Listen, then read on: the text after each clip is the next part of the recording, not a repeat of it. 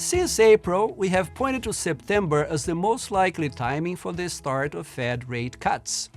This has been our base case, and now, with recent progress on inflation and a normalizing labor market, it appears to be the Fed's base case too. Let's take a closer look. At his July press conference, when commenting on the inflation data received over the past few months, Fed Chair Jay Powell noted that the disinflation observed this year has been broad-based, touching all three main categories of core inflation: goods, non-housing services, and housing.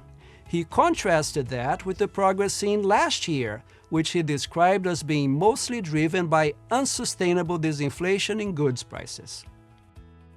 The chair's comments on conditions in the labor market were also very telling. He characterized them as strong, but no longer overheated, even adding that downside risks to the Fed's employment mandate are real now. He remarked several times that he saw the labor market as normalizing, close to pre-pandemic conditions, and volunteered that he no longer thinks of the labor market as a likely source of inflationary pressures.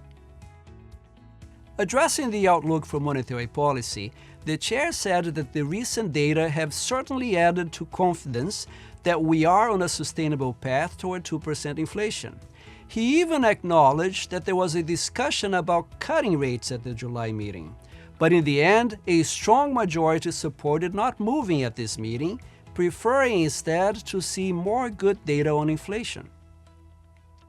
When asked whether he saw a September rate cut as his baseline scenario, the chair initially gave a cautious response, saying there were scenarios where it would be appropriate to cut and others where it would not. Later in the press conference, however, he all but relented, remarking that if we get the data we hope we get, a reduction in our policy rate could be on the table at the September meeting. This is probably as close as we will get to a confirmation that a rate cut in September is the Fed's base case. So, like the chair, we will be watching inflation data closely between now and September, knowing that it would likely take a significant upside surprise in inflation for them not to deliver the first cut of this cycle in September.